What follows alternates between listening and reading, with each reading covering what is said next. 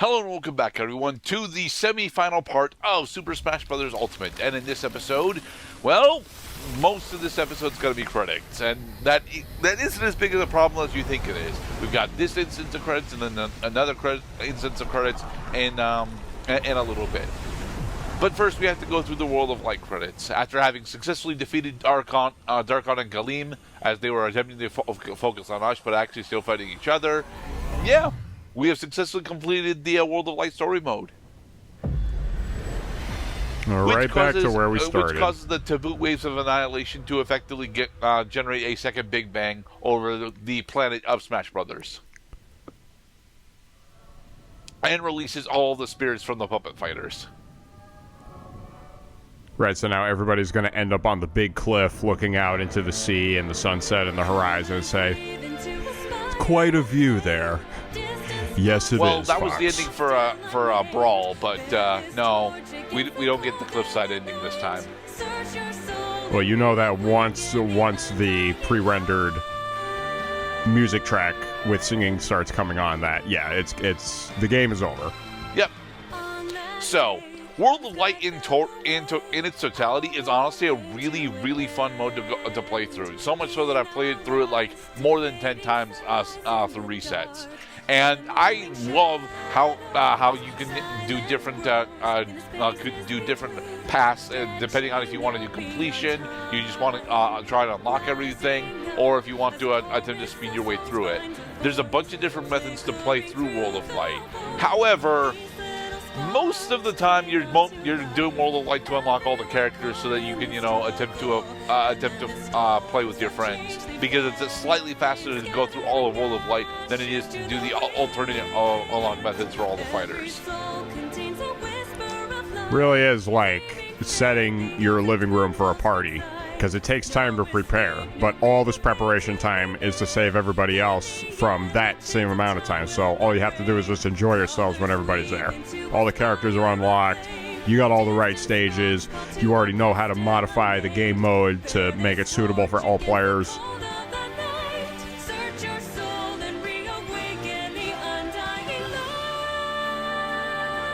The great spiral of light in the sky.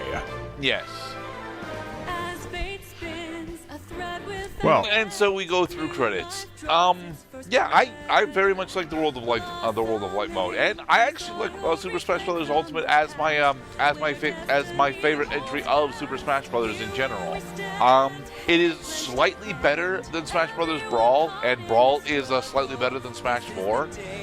That said, I am not entirely convinced that Smash Ultimate is honestly a game that warrants the single player experience. I enjoyed a fuck ton, certainly, but that doesn't mean that other players would enjoy it as much as I do. I have weird taste in video games, after all. Oh, this is a multiplayer extravaganza, because there are so many characters now. Like you will never come up with 8 players at once. With 8 players at once, yeah. There are over like 30,000 different ways that a game could go just from the selections of the individual players.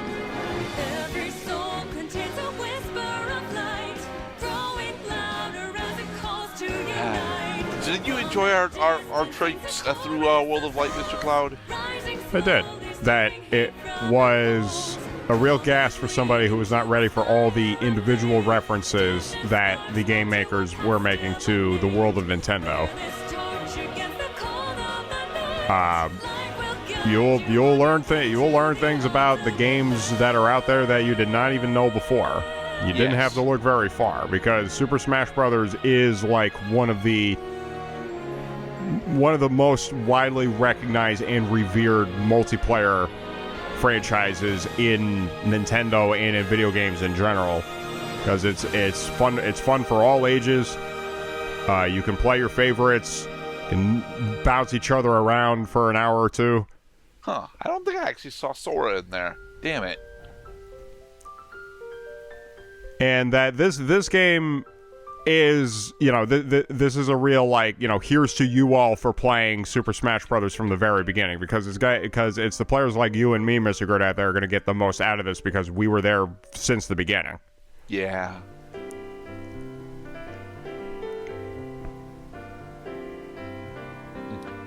And so now we have the Super Smash Brothers Ultimate primary theme played with this very lovely piano piece. The Mario Club. Doom, doom, doom, doom, doom, doom, doom, doom. Well, what World of Light does I am sorry to... that I didn't actually play through. I wasn't playing with all that many different characters throughout the run. But to be perfectly honest, I'm not all that comfortable with most of the cast. Like, specifically, I know that Inkling and Diddy Kong are extremely powerful characters when you're actually good with them. But I am terrible as Inkling, and I'm only okay as Diddy Kong. That's all right. I mean, we didn't need to play as the characters. The AI just had to play as the characters. Yeah. And the AI does just fine. So didn't actually show off Pokemon Trainer that much either. Yeah. I mean, we could go through and name off some of the characters, like very few characters that did not even make a single appearance during World of Light. No, all the playable characters definitely made appearances, specifically because we unlocked everyone. There's Sora. Hey, Bandai Namco. And of course, Nintendo.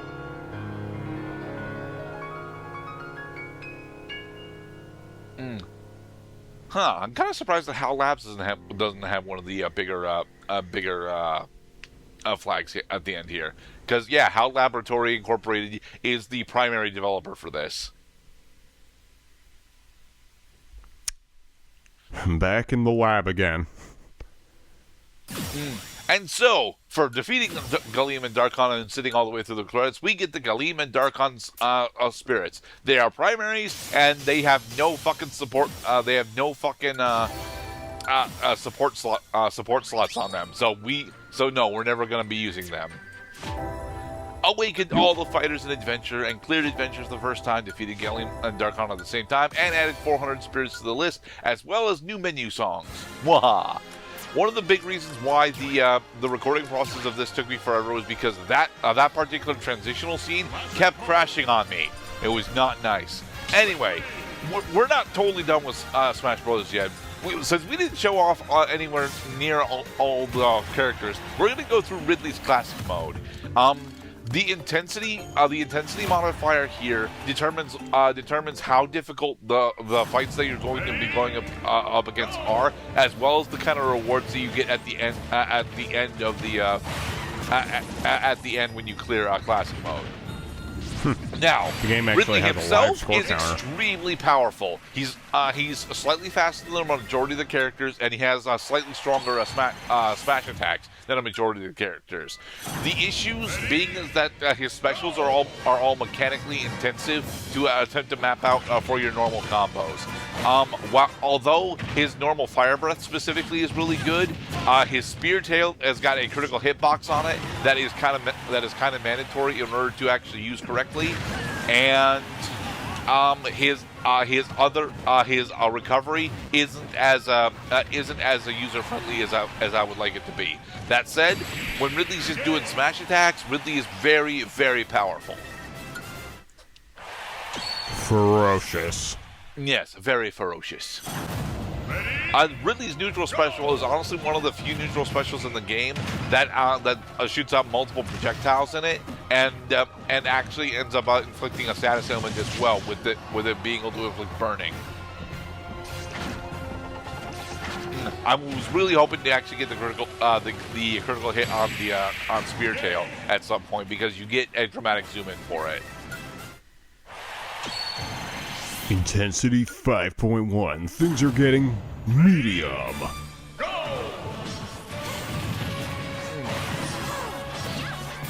No, watch out. Make sure you don't get a stale moves penalty. Ridley's Flurry has actually got some pretty significant knockback on it, too. There we go. We successfully speared Peach. We just pierced her in the heart. And then she just got back up and put a smile on. Ridley's forward special is actually extremely dangerous in stages like these because this is actually a walk-off stage. So, what Ridley's forward special is he grabs his opponent and drags them along the ground. And if you use it correctly, you can very easily force your opponents to walk off. We missed with his final smash though, because you missed with the final smash. Because it's a fast forward dash. That really is one of the most relatable events in which you can just look at your buddy and say, "You blew it. You fucking missed with the final smash." What the and you killed yourself. Yeah. Continue. And that's why I say that using the forward special on Ridley when you know what the fuck you're doing with it is extremely powerful. But I shouldn't be doing it because I'm not actually all that comfortable with it. So when you continue on a match in this game, the match just keeps right on going as though you just lost a life. Yes, but not only do you have to spend gold in order for that to work, you also hamper how the scaling of the intensity for the rest of the run. So your reward. Down. So not only are you spending resources in order to do that, you're gaining less resources at the end. Right, because they decrease the intensity. Yep. Ready? Hey, Zero Suit Samus. No, does that have to happen? Spear. Do you have to accept a decrease in intensity in order to keep playing, or can you just keep it the same? You have to accept a decrease in intensity in order to continue.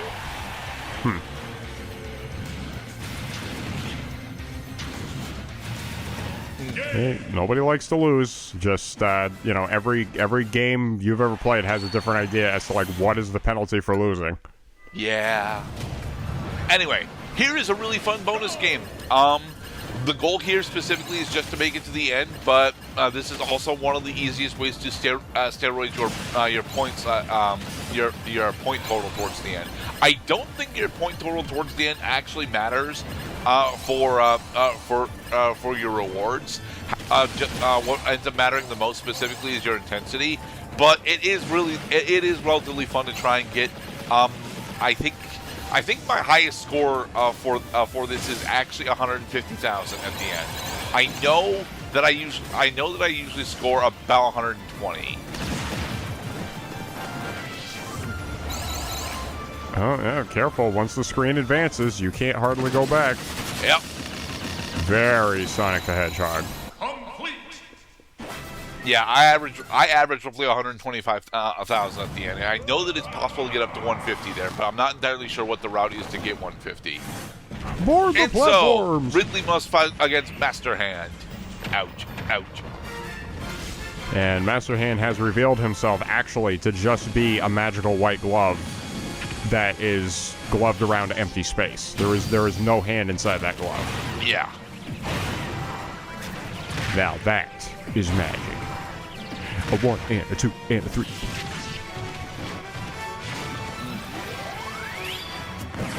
Yeah.